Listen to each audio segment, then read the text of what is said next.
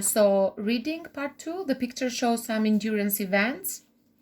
Why do you think people enjoy participating in them? Can you say to me what kind of events? Here maybe marathon, okay, and here sailing. Okay, so why do you think people enjoy participating in them? Maybe they look it as a challenge. They want to push themselves into the limits to see how much can they endure, or how much can they reach to do to fulfill a goal or a aim that they have in life, to see at what limit is their destination, is their determination. I'm sorry. Okay, so let's listen. They enjoy the challenge and pushing themselves to the absolute limit. In order to test themselves, to check if they can push the limits to themselves. So listen and read to find out. Let's listen to them. You can read it at home. Please listen to the correct pronunciation, especially for some of you that I heard you into your audios. Please, in order to improve it, listen to it carefully and read it at home once, twice, 3 times, 4 times, 5 times, until you understand that you read it in a perfect way. Okay, so listen to the text, pushed to the limits. Pushed to the limit. We asked 4 sportsmen who compete in extreme endurance races in some of the most hostile environments on the planet about their experiences. Chris. The Yukon Arctic Ultra is a 430-mile race across Canada's beautiful snow-covered Yukon Territory, and the endurance event I most look forward to during the year. Trekking hundreds of miles across the bitterly cold Canadian wilderness during winter is probably most people's idea of torture. But to me, nothing beats it. It's the ultimate thrill. The Yukon Ultra can be done on cross-country skis, but most competitors, myself included, walk, pulling everything we need to survive behind us on sleds. Apart from checkpoints every 60 miles, survival is totally in our own hands. Typically, I try to keep moving throughout the night, stopping for only a few hours sleep at a time. It's not unusual for me to get so tired I have waking dreams. To succeed in completing the Arctic Ultra, you have to be super fit and mentally strong too. In fact, my biggest battle is always the one I have with my mind. Carl. The Badwater Ultramarathon describes itself as the world's toughest foot race, and in my opinion, that's not far from the truth. Badwater is, without question, the most difficult endurance event I've ever taken part in. Psychologically and physically, it's extremely challenging. About 90 of the world's elite ultra-endurance athletes compete in Badwater each year. Entrance is by invitation, and every applicant must satisfy certain requirements in order to apply. The race, which is 215 kilometers in length, starts 85 meters below sea level in the Badwater Basin in California's Death Valley, and finishes 2,548 meters above sea level on Mount Whitney. It takes place in July, when weather conditions are at their most extreme, and temperatures reach 49 degrees Celsius, even in the shade.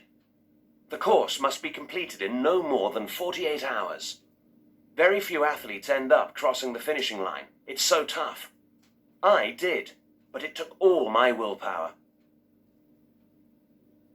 Miguel. The Marathon des Sables, Marathon of the Sands, is a 6-day, 254-kilometer ultramarathon held every year in the Sahara Desert in southern Morocco. I've run the race 5 times now, and it never gets any easier. The route covers terrain ranging from uneven rocky ground to huge sand dunes. During the day, temperatures in the desert soar to 49 degrees Celsius. At night, they plunge to freezing. A strict rule of the race is competitors must carry everything they need: food, clothing, compass, anti-snake venom, etc., as only water and tents are supplied along the way. Water, however, is strictly rationed throughout the race. Even on the longest stage of the race, the non-stop overnight stage, which lasts 91 kilometers. We're allowed no more than 22.5 liters of water over the 2 days. This stage is definitely the hardest part of the race for me. I just keep thinking, 91 kilometers? How am I going to run 91 kilometers in 24 hours? Despite the hardships, it is addictive. It tests your limits, pushes your boundaries, it makes you feel alive. Ricardo. This summer was my first time competing in the Big Ice Race, an event for teams or solo racers that takes place on the Greenland ice cap, just above the Arctic Circle. Unfortunately, I didn't place, but being new to the event, I was more than satisfied just to finish. The Big Ice Race is one of the toughest endurance races. Weather conditions in the Arctic are unpredictable at the best of times, and during the race I had to battle snow blizzards and temperatures of minus 35 degrees centigrade in exposed wilderness and 24-hour daylight. Finishing the Big Ice Race is one of my proudest sporting achievements, not least because I did so in considerable pain. I had terrible blisters before the first day was even over. People often ask me what I get out of endurance racing, why I enjoy such hardship and deprivation. The answer is simple. Extreme endurance events deepen my understanding of myself. Through them, I get to discover exactly what I am capable of. Okay, so here we listen to 4 people talking about their sports. Which sport do they like the most and why? So why they push themselves to the limits. Okay, so let's continue with exercise 3. Before we go to exercise 3, into the text on your books you have some words with bold, okay, with bolded letters. I'm not going to explain them because we have an exercise with them, but I can just explain. I can explain some words that they were, but we know most of them because we explained them into the first audio. Willpower. So willpower, determination, self-control, we said it. Boundary, the real or imagined line that marks the end or limit of something. Synodiute, okay. Blisters, we said it.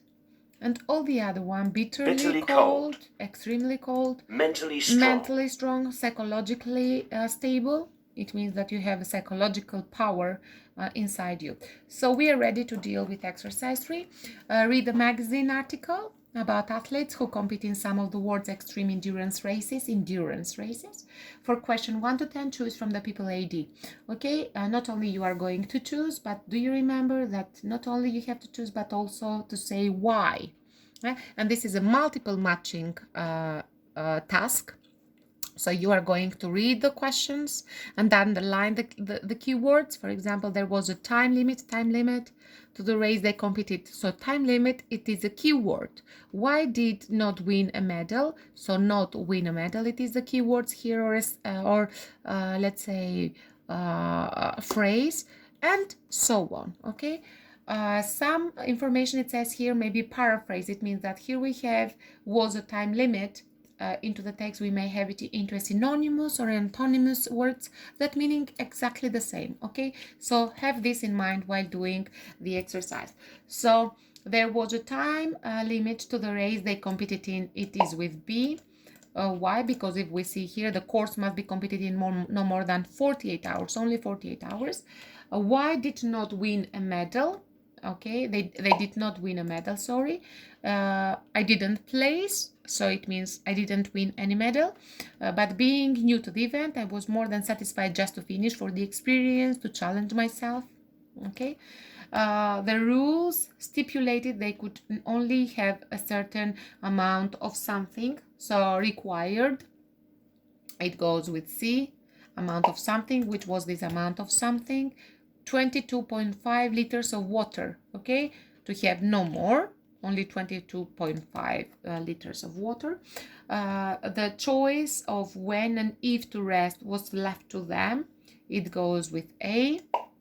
Okay, so apart from, it means that it is on our hands, how much we are going to go through the night, through the day, if we wanted to sleep a few hours or not. It was totally on our hand. They lacked previous experience of the event. They lacked, okay, it goes with D. They lacked Munge's experience. He said, I was new. This summer was my first time, and here it was that being new to the event. It means that lack experience. They experienced extreme fluctuations in temperature whilst competing. Fluctuations, it means up and downs, changes. Okay, so number 6 goes with C, and let's see which were these. So 49 degrees Celsius during the day, and then freezing cold. They plunged to freezing cold during the night. They had to be totally self-sufficient during their race. Self-sufficient during the race, it goes with A.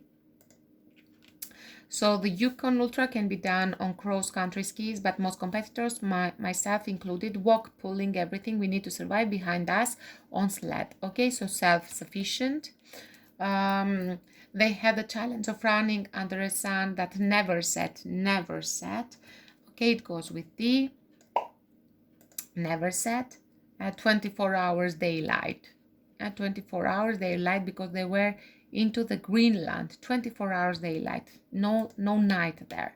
They have prior experience in the event. It means that they have competed in the previous same competitions. Okay, so it goes with C. And it says here, I've run the race 5 times now, and it never gets any easier. And they were responsible for their own medical needs during the race. Okay, so it goes with, it goes with C. Because a strict rule of the race is competitors must carry everything they need: food, clothing, compass, anti-snake venom, etc. So they were responsible for everything that it has to do for their survival into the race. Let's continue with exercise 4. Do you remember the words that I said you in black? So now it is time to do it. So difficulties, stop, do it. Okay, hardships, as now we are passing some difficulties. Demanding, do you remember demanding? Something that it is demanding. Can you find the word demanding? Okay, so challenging, that it challenge yourself. Psychologically, mentally strong. To be mentally strong, to have a psychological strength inside you. Great, I think so. It is no, it is not ultimate. Sorry, great. It goes with considerable. I'm sorry. To anticipate, look forward to. Okay. Varying. It means ranging, variety, different kinds, different types. To strengthen. Okay, can you think of? To deepen my knowledge. Greatest, it is ultimate. Sorry for me. Difficult, tough, unchangeable, unpredictable. Okay, so I don't want you to deal with this task, because I know that you have a lot to do, even with this one. But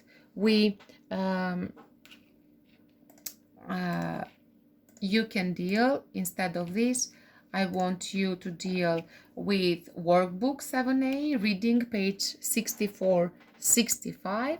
Okay, homework deadline, it is 4th of April 2020. It is Saturday, I think so. And time 12. Please be exact on time. If you don't deliver them submission into Edmodo platform, then I will not consider them as done. Okay, thank you.